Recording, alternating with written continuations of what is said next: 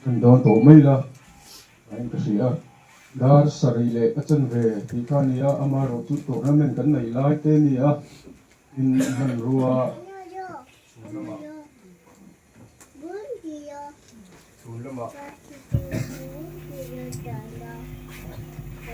sulama la form na hun kan nai lo bok me teเป็นkan lai dawa ka indicate ya ka kan ne ni sila hilaya kan member pu ang valan lun fela ral na hun ko thamar veng volleyball captain kan nei do na information te kan pe a top member pa ka hilai kan thayang ber kal turin som te kan ni al ho mana then te chu tin chung ko lama tang kon tam ta tin rong kal ti kan thria chunga kan long be mani ti kha ama sa in kan soi du a ang valan lun fela lai huna ral tu rong kal zong zong te in zawai chung a khan ama sai lom thu ka soi ni sela zan in hun man hi cha kom lo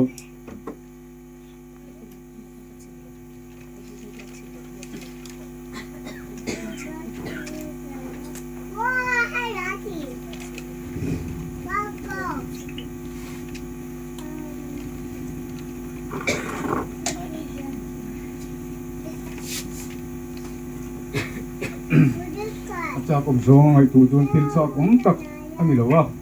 kan chhe pa kan u nau pa elaya boy kan tin pui ni tina kan kum ka ni ta kan kum ani a zanina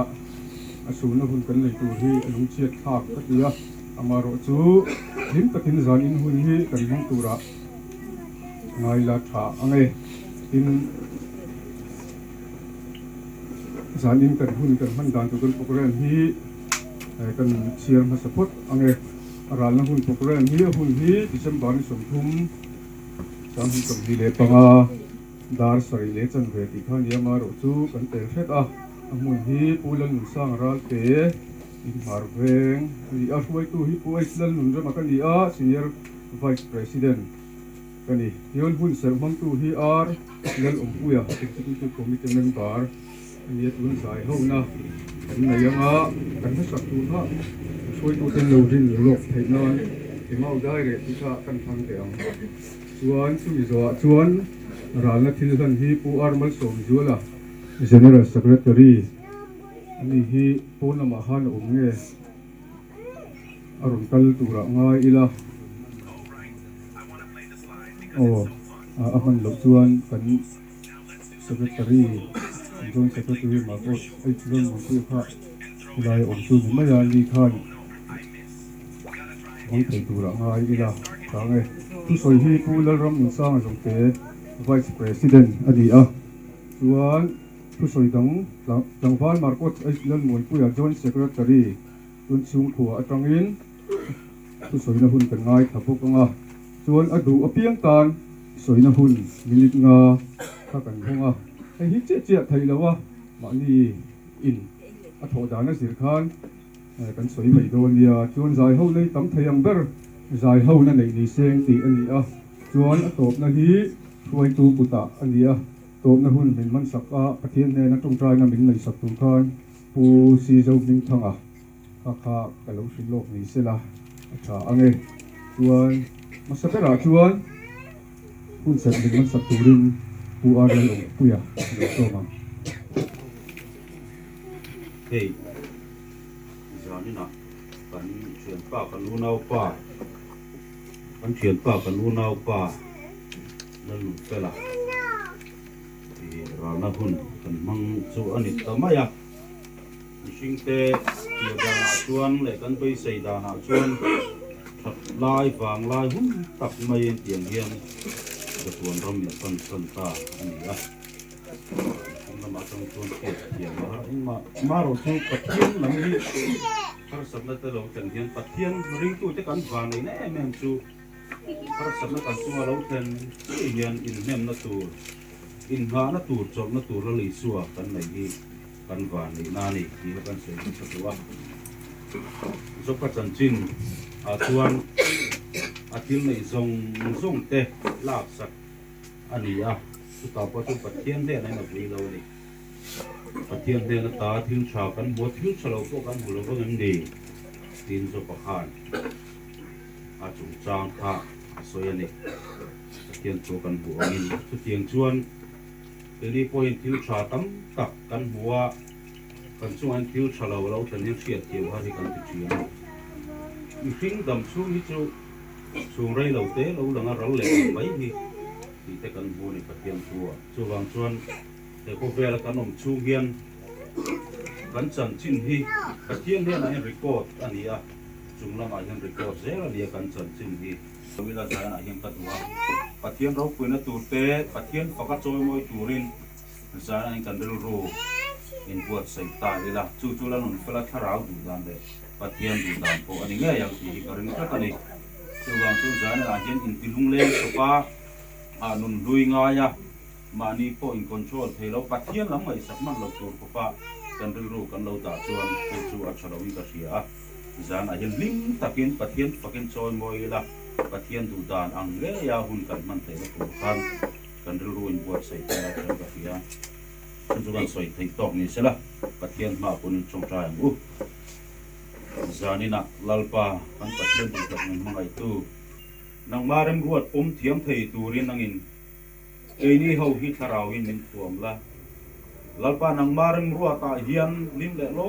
taka mai tur kan ni zian angin athari min siat thati le ang che zanin hun kan man hin ang mani ro puinan nei sakla en chunga e kau rana potlanga chung ko mimal tin nu na hian tharau tiang limin naron tokin lim le lo takan hang ma kan fak tlan za theina tur che nei min bua sei cho ko te kan hun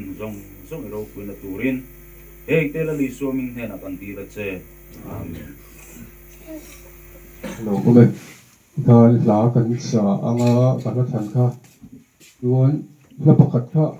ki bodis kan ai ring tur angai la padi kan sa do ni chumi zo lama chuan ra la thil han u normal som zola general secretary kha om chuan kan so manga om lo ni chuan marcos hlon mon pui kan rana hun min man sak mai dol nia Wasin panini moran kalai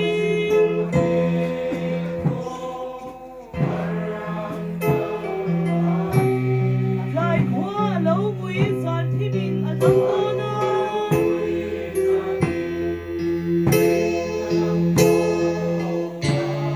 Iso an som kai kwa var pui durin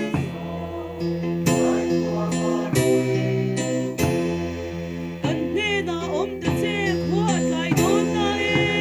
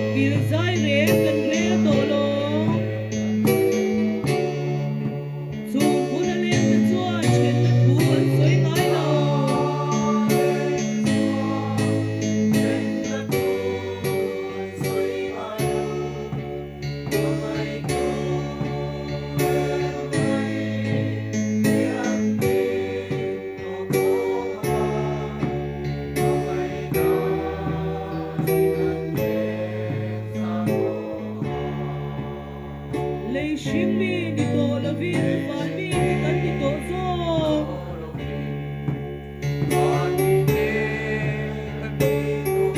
tu na zong khol sin cần đi van răng cần an si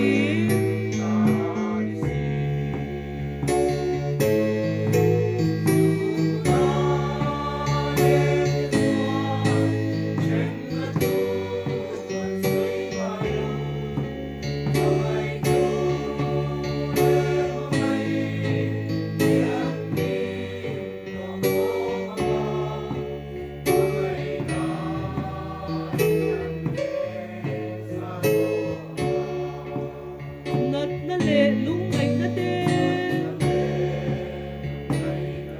sura ma chuan ôm lo thì na đê nu nan sang lo cha na lệ ôm to lo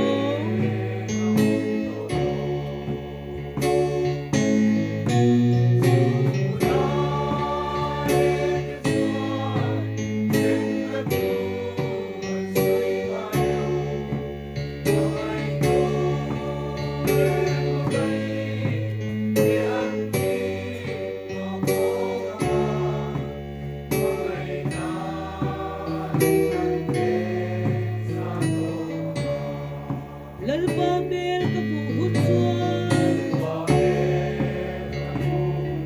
min tlan na thu ka shilaw chuta van got her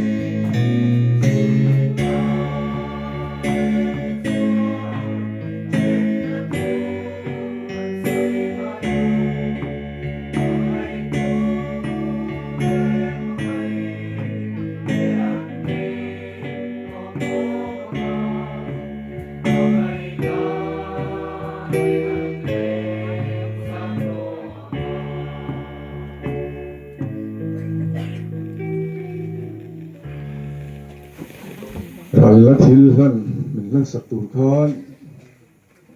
tambal Marcos Ejlan Montuka som anga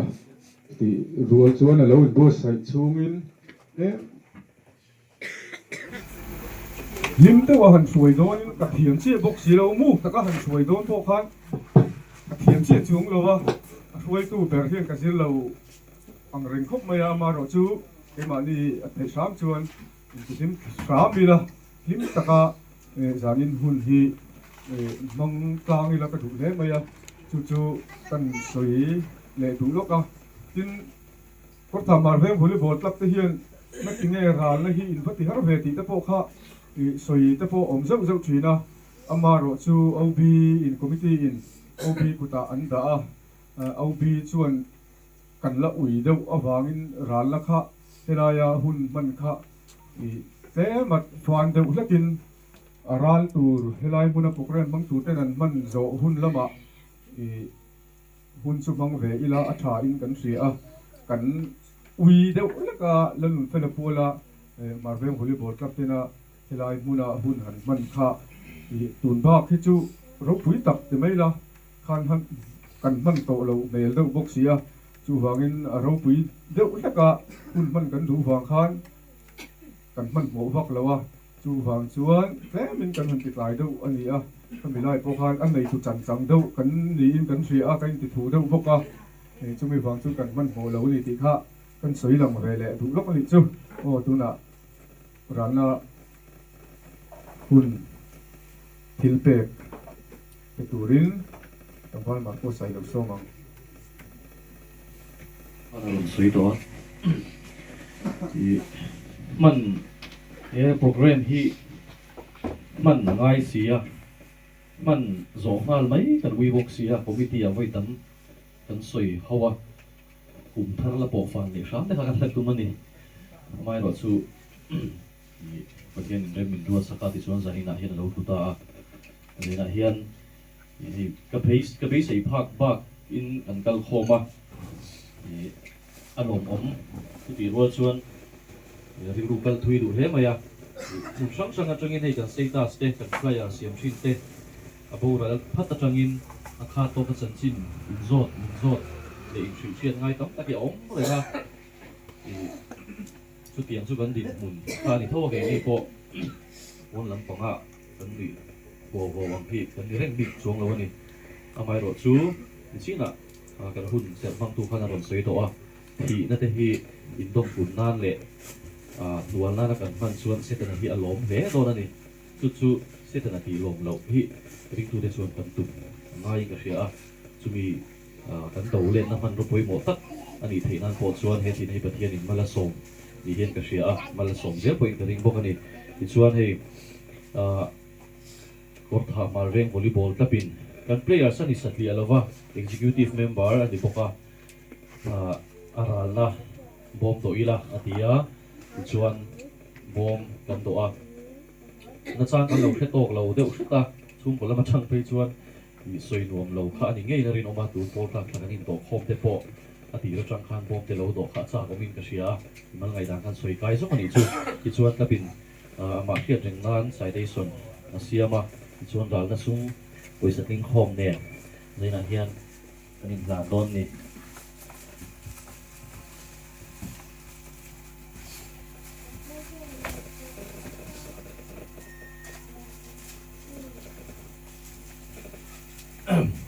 thì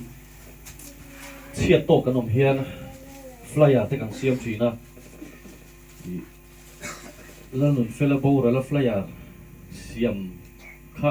sợ ôm lẽ mày à thì thế citation thế bộ cái hàn buổi buổi OB tên thì mi đắng hun đắng ami tụ đấy cho con đầu xiêm phốt thì na thì ami để đàn là đắng lẽ mày à khel bộ khel rồi à có ulu cả thì có ulu bằng hệ hụt chuan là yếu hơn cái ta chuông lâu á thì chút anh chia chuan cái này à nhìn lâu nan lần lần phê là biển đi thả lệ cùng lệ bao lần đi thả lệ cùng mà gì ta là ngà cần chuông xe cần uy xe cần ngay xe lệ chuyện tới trên máy là và nè cần in tổ cứng thì thu gần gì cả General Secretary Amar Som Zua lệ Senior Vice President Police lần lần đây mà tên mình sign nên này hi apa khano ding mai sela lo phana nge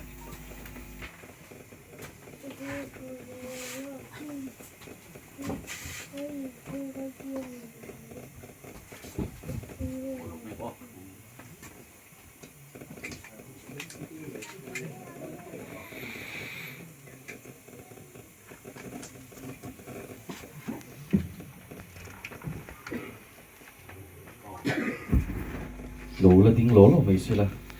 thì ra na kinh khom hi kan dan ha langa kan in chi bai thale don yang ro hi ba ga hian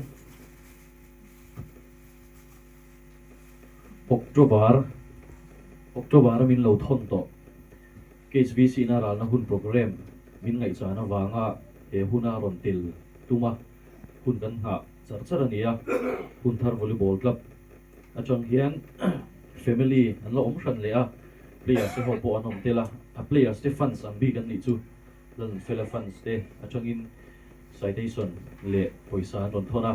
kan chia chuak chim nge il lo nan lan nun fela kan zin kong dang in i in fiam na kovel dang to ma se kan thil lunga hian i thar reng do na kan hil to ngai lo wang se van ram nuwa ma in chen om to lo wang an ti chu hun chu kan hak rengang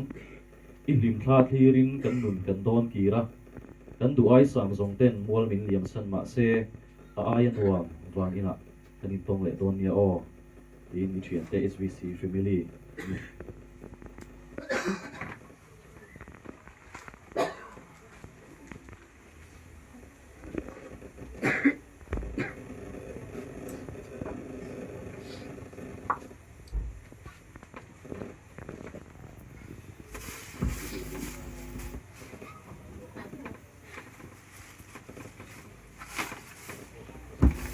thì giống cái điều đó là khá đủ cho nó thành rất thì khá cần suy phải học lên đi chứ có tôi là chân thứ suy cần ngay tháng ở chung rồi là mà chuan lá bật đi cần sát sầu lên rồi đi à cần vice president Pulal Ram sang ở trong cái đầu số mà mà mi thì cần suy tụ à giờ nên cần program ini mình cha cũng taxi khan đi à rưu rùa hiền ông trí na tuôn bốt lạc khá in tổ khom season 6 cần nei đô na player nó bị chùa phát bộ khan cái rưu rùa lồng nga la tiếng chu ni à giờ nên nói hiền chung lệ cắt tế bôi na mình phải sắp xếp cần đủ chiu cô tham gia hiền volleyball club hi club member te hi lệ suy tu te hi ball dang ang lo tak mai hiền chung khát ông hiền kan ông tất ani a tua te po hi kanin ngamin kanin fiam bor bora khoi muna po kalila chu chuan a en tir chu u le nau ang takhen kan ông khom ani chu ka sui ve thina ngamin fel te po hi ortha ma veng volleyball club adin chu hian pro players ani ma po khan a hoi tam ber te jing ani kan hi karinga khosanga hian chu ti khop chuan kan lo in zui ve na sa thina ril ru hian thil le mo hlek alom hian athar ve le thina ni amai ro chu ni zanina hian akal to chu kan ko ki theilo ba malam huna ke pen tur zo kan ni a chulaya chuan a bowler nu hian ni hei tournament voi ni kan ma chon le ta a zamuanga ve Zambuang Sports Meet khan team one le tu kha ka va coach ti chuan zone tournament khan hei kan senior vice president te kan coach ta a kan entry na kan soi thui na ni a chan chu kan players te a hian lalnun fela bowler an lo tuar zia hi alang em ani chu wang chuan an game khela po khan kan be se hi asang lova kan ti ange tam tak chuan kha tournament khang kan tournament ma chuna po khan min be sei sang ani ti kan ria ani a mai ro chu a hninga club hroi tu te chuan kan be sei hi asang lo ni chulai po chu min tiat tel sak kan du a chan chu kan player te an physical fit thama se an moral fit tat lo ni moral fit lo chuan ke ma so a then san thi reng lo ni chulai chu a hninga hroi tu ni chuan kan mutlanga kan be sei hi asang lo ni chu wang chun sanina hian chung le kuatena antor ang bok hian kap hian kan tuara kan sun ngoi ani ti hi min riat sakula kan tu a chulai chu kan sei lang tu a zanina abhik takin hei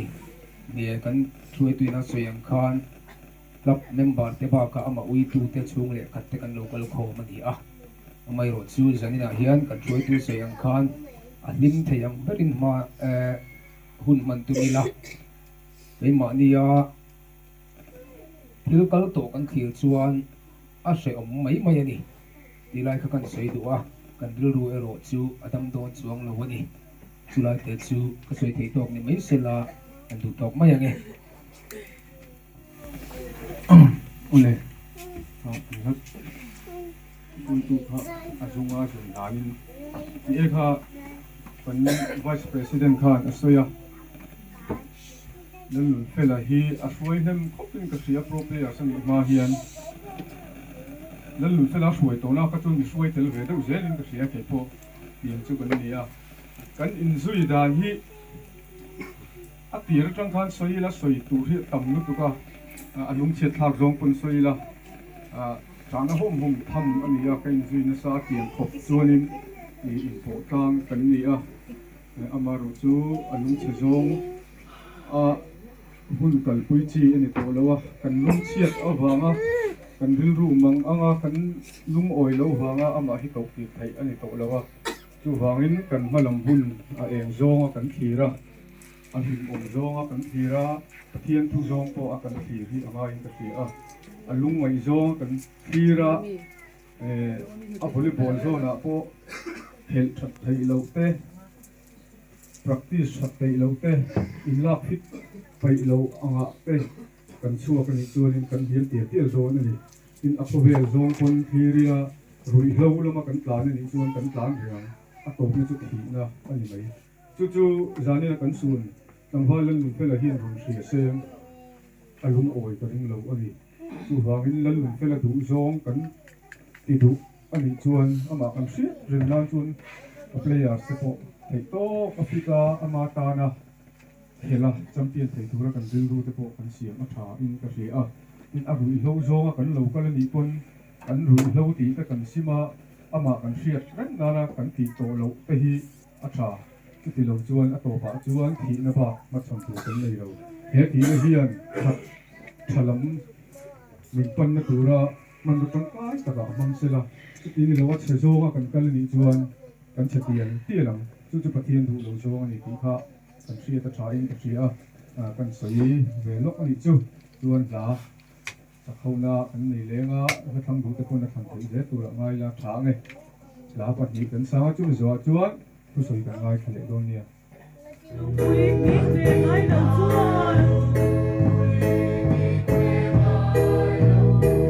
và thêm hai bên biết tài trên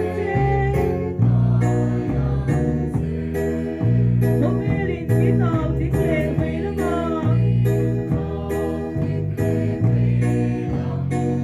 một dịp nào không thể nghĩ được cho nó hãy sẵn nó qua đó tất cả tùy phát hiện lòng đất lá ăn trắng nghề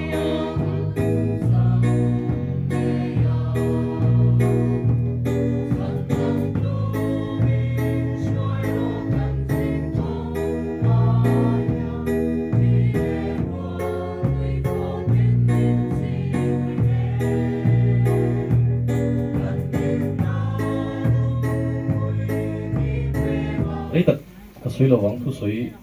chỉ bắt cái phần đâu à thì chú chỉ đua lên rồi chuan volleyball trùng trang nó lần phía là volleyball dính công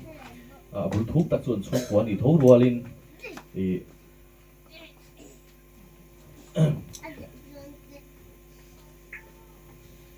anh hẳn tùy về em à thì phải không thì chú ta cả là thì nên cần thu ròn tê ngay bôi món lẩu oi về thua zani na ama sun na ral na hun ma ni sela ke ti ang player Anton Clark i ke ka ra ka thu lo oi ve player ko thai na kan nei hi i nuam ka lo ti ve thina tin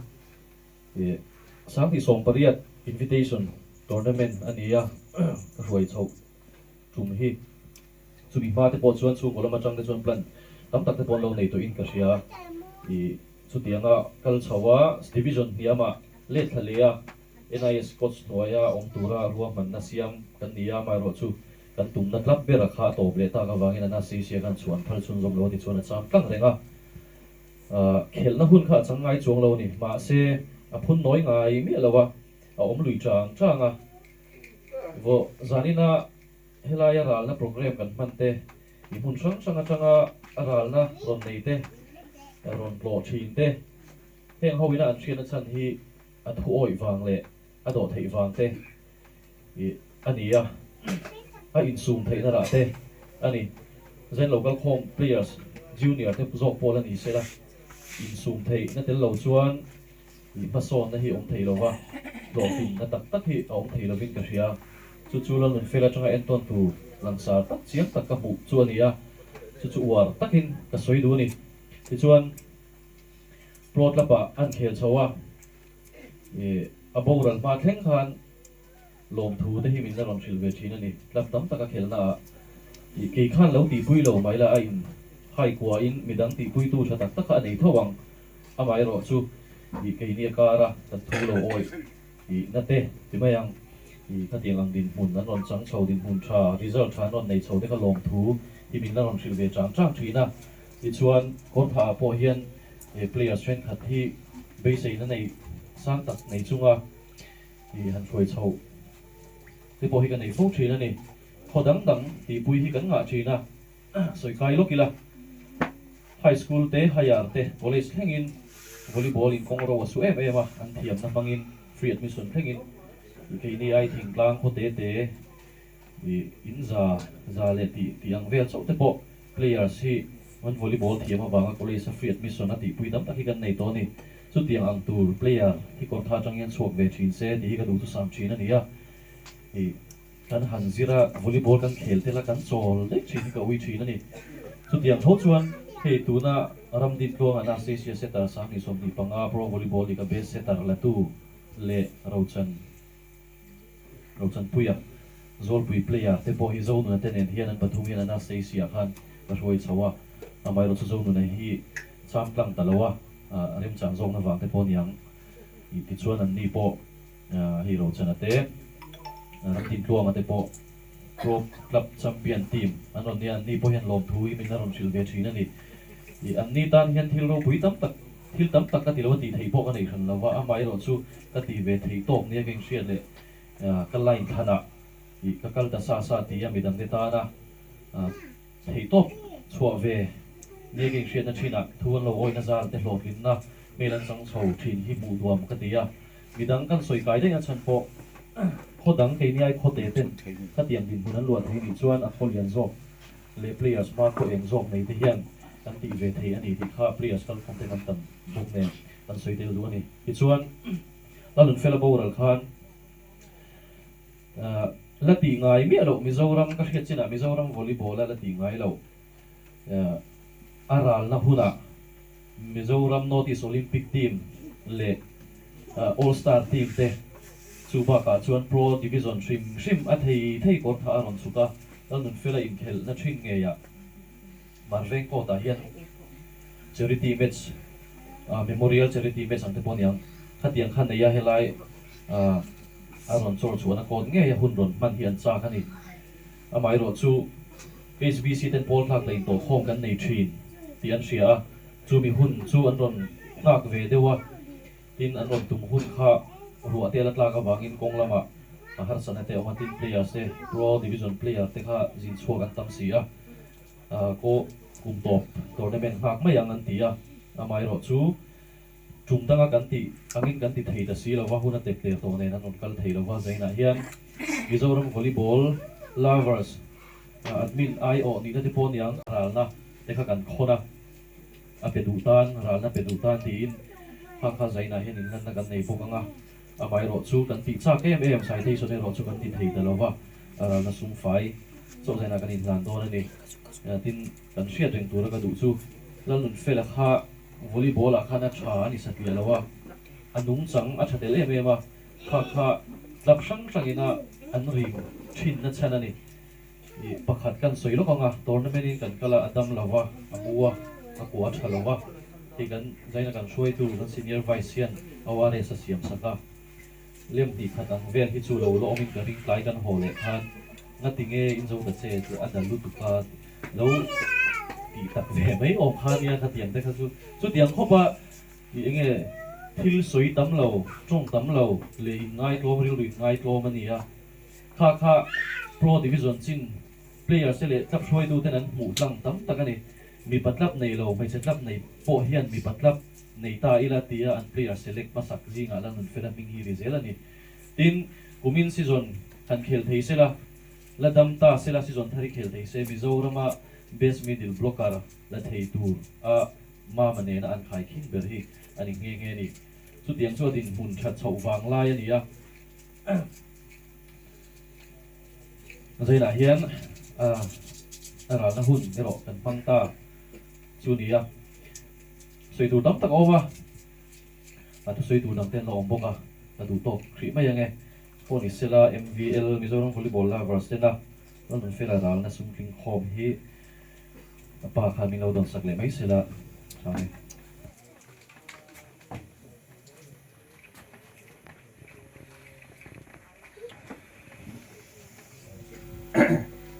Tum chu nu hi lom chu te ko soi ve to la ka ti san chu kai ni chu kan klap kan ye ka ti lak se dai ni hai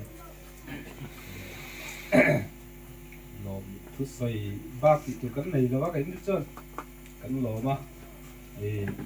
ral na kan tiang chi hi kan rong mol mol ani khoi tanga mon tein alo bom hei ga sia ni a big takin ko tha marveng volleyball club te chu kan sia ni e bul chan na ani a bolan ben tak ve ma atangin club thi ding to a chumi nu na mo ve lan play ro chau beng ve khani maya ko tha marveng volleyball club hian kanin ti ta tu lo thei lawa thina ei ka suai tu pui te ti mayang ho po hi ke ma ang thon ning ga sia chung chang a hian kanin nang mo tak ken ga se mai thina kan to dan te ke ai hian du sa ma chung te ka tia zin ni ko le tournament ni ko te yang yang in kan da sang ma ni te hian ka se thina a lawa kan re ruai mai te hi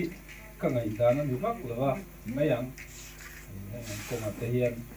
kan la ngai le ga sia players an zom te point ani lo wanga lo ti that chak vak lo ti te kha kan ti ni ga sia sa hian ai kor tha marveng volleyball club te kan ngai thla kan khan ke to ka tel ve thaba president kan ya a rel na te to ka tela thành kiếm mấy các cái về vết thava cái mình vàng cơn lòng cứ thầm sấy em có cái luồng các cái chi rồi thế này mà rồi chứ sấy ta cả tam tuấn ắt thì ắt vàng á hết tia thì nuôi cái gì nuôi hiền ắt cầm lái po hắn ắt ta nên khi đi cái nó sa thì cái gì à cái này cái lồng em nó chứ tin hết tiền mà hôn man đi cái xuống của có cái thủ lém lầu mà ven volleyball club po kan thu lem lo ka sen kan re na ken ve vek thawa i machina kan soi pin soi to a tihar te po min tiang a chen chuan i pe chen a ane ko kan ya ha amor kan go kan chu ma le te ka ti mai mai a ti tiang te chu kan ni a tu bang chuan jani na me tia lo nun te la ral tu ra kan ina tiang kan kho ni ni mal anga kan so te chu kan tam lo kho pin ga ringa a club of zong kon chung kong zong kon se het tak khop tak ni kan um thei hi a ro thi ka ti in chu ma hian long thai kan sei tak me me ani soi du tam tak ka nei thina he thina chu chang a hian amar chu kan sia tam tak te po a om ka ringa min brak khai net de ti hi kan kong ve ni he thina wang hian amak thi kan ti a ei quên mẹ tên thì tên kia thì mà đi ruột tập phiên chứ mi tên ba các bạn tên chỉ có ít chú các tiếng ai lem lâu thì nó pha cái phổi xe nuôi để pha cái phổi xe mà rồi chứ mà đi chủng lem lâu coi cho nó mà hay lâu thì lâu thấy lâu ăn mình xiêm chỉ ra cái tiếng mà vàng cái chú chuan thản cái cô cần thấy lâu thấy lâu à cái tiếng cái chú cần dùng muốn nó à cái vàng chuan thế thì này hi cái papa này là vàng in ngày tuổi rồi thầm thì ông mình cái sự thì nó này cái ngày tuổi thì nó này anh ấy thì nghe em muốn đi ăn thì em mới lên thì cái ngày tuổi thì mà rồi chú cái thia này cần tan cái mà ruột ta không thiến từ sản phá nó là cái mà như bốc cái này á chứ thì luôn chuan cần không thiếm lâu lệ mấy thì nó chung của cái phôi hình thì có cái phôi hình cái phôi cũng chỉ tham muốn chỉ cái phôi cái hình chỉ nào hey trong mỗi lần lâu sẽ là thiền theo uốn áo theo rồi biết cái tiếng cần nó ôm hậu điên gì là thì anh ôm lâu cho nó nuôi nên thế chứ cần lâu cái chuyện rồi việc đó đến lệ cái cần biết cái tiền cái phải cần là gì à sáng thấy chứ hà nè thế lâu giúp cái lệ biết thì na cái tiền sáng cái cả là gì à cái phổ thì cần chú của cậu anh hiến cậu khuyên mình tí hay rùa là mình đầu đi tắt cho thì trong mỗi lầnเราxây chung hạ tên về sẽ là in xuất hiện về rồi lên cái riêng xuất tiền cho thì thế thì này cần tua tăng thì dàn liên cái phong tiền em mà cái chuyện của cả dòng dân dòng như vậy tua vét thì cái gì anh ấy tuan thế thì này hiện cần sẽ phải tung ra cái chú thế thì này hiện nghe kan ni na hian thu sei adu ti hi na en thlang u ti hian thi ve tai la ti ne ko om emo ti hi ni tai la ti ne ni na ti thleng hian ma ni mai tu na hian mangi la ti hi ka bil ru om lai chi ni chuan dan na hian pathian chunga ko kan lo ma ko kha ma ve ve ko plak chunga ko kan lo ma ni ze vai chung kan lo ma ni ti ka kan sei du ni chu lo me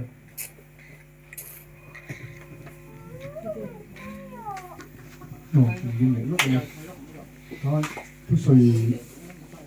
đủ này cái ông này cái chuan sôi chun rồng mấy đi là chuan can là cả can cần dai sôi dễ là mà cái không đủ đèn chuan không dễ mấy xí là nhưng cái sôi đủ nóng này chuan dài can là cả bộ can nên sôi nó hơn khá ống dễ là thì khá sôi đủ này chu sôi đủ này cái ông này chuan đầu tiên là hai mấy là sáng ấy về lúc tiền Liaste ali ka fui du zok tu ei ka mingin ka section volleyball association president ni pu zo minga secretary ni a zone tournament le lanu fela bora nu hian sport meet zamuanga kan machana kha china kan thu sui tu na sui to a kan in bai sei lawani ati kha adiking ka ringa thì cần dấu những cái này chuan cần in sổ má đấy xìm xí nát là lâu nó về đấy xí nát dọn xuôi tu cần lịch sử à hành kỳ vấp khó đắng mù lệ xuôi tu bụi để mua hành kỳ vấp khi ăn luồng đầu cần kỳ vàng hiền cần sưởi vấp ngay đâu à amaro tu voin tu zan in tu thì tiếng ral na hun ani a aklap này tu cần đi nanga hành players tingin du cần này tu kan ma hian march kha top lama hi chuan mid season tournament kan nei de dona heta hi chuan players te ti hi ne hi tin khel to lo wang u lanung fela awangin kan ti tiang en tinge ka soyang ama shit reng nan ko champion du na ril ru puro ti kha zanina hian kan soi duwa chana launa manzan semi-final in khen zan te po khan final chung thang mai don hi mo katia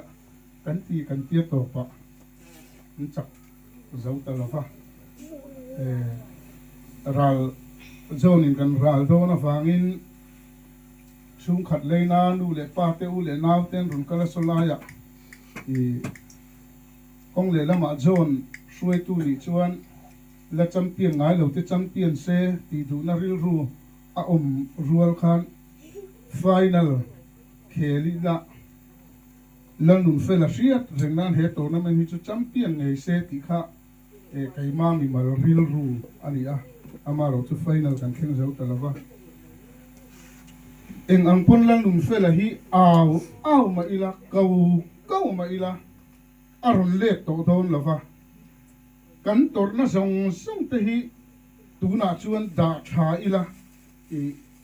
lanun fela ming tal hian voi khatal chu enge district ani mo zone ani mo champion tur khan players te kan han song min kan han ngen du chuwa mami a district ni kum masami o masala ni o kan champion kum ta kha khani chung te khan a khel thelo ma ro chu coaching staff a khan tel ve a kan di ne ni lovin tournament kan ma chon le huna chuan ahma kan practice aina sa practice a champion thei ngai tura in bo sai tur khan zan in hun rem chang tu sei na hunan pom ta kha chuan players te tan chung chu kan han sel ve lok du ni lo me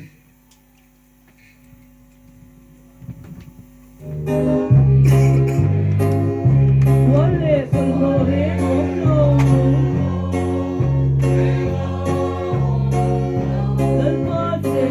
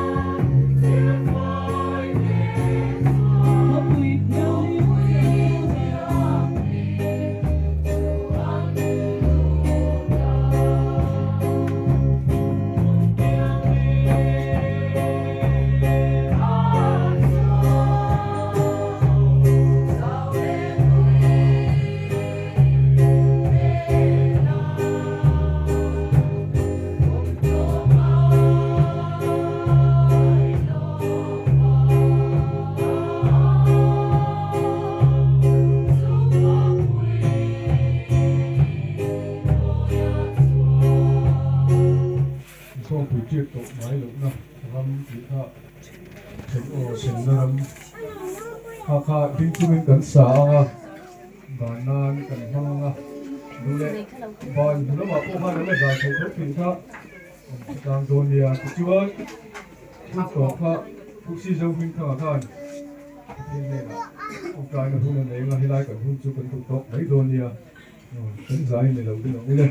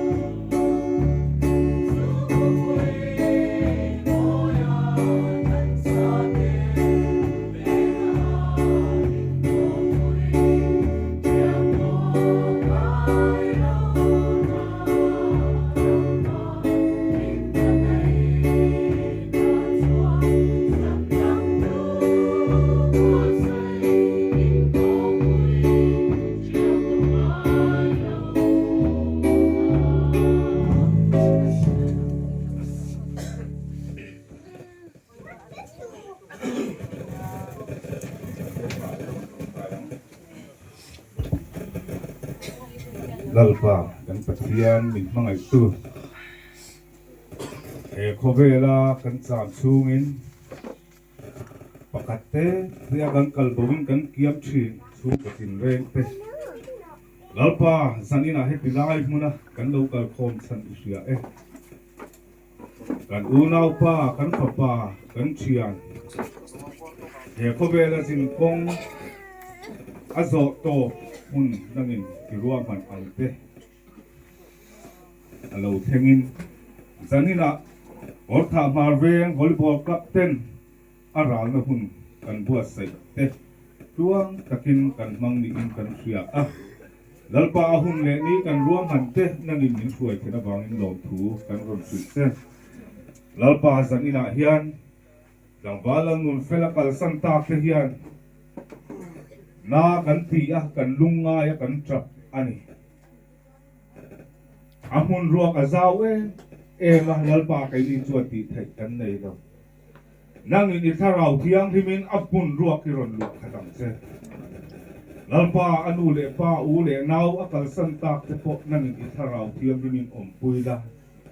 an lungai da te an mang an na te itharau thiang limin ron nem la ron kan pui le ang se lalpa an ei le pa an zon na ko nga po imal som na tam takin ilaw vur to thina tun huna po hian imal som na ivu le turin an tan kan ron tong trai sak le boke lalpa zanina hetilai huna kan hun kan man kan lo du tok don kan chin dara kan kal dar huna po kan huna piang nangin min veng la ar sam na le buai na kan to thei la ka min hum himang che kan thil ti em kim i ro puina alo ni thei turin le nang marin chana malam padan ke kan penzel thei la turin nang kan ma ruai tu lo ni se lang che anal pa isuang hingin kan dil se amen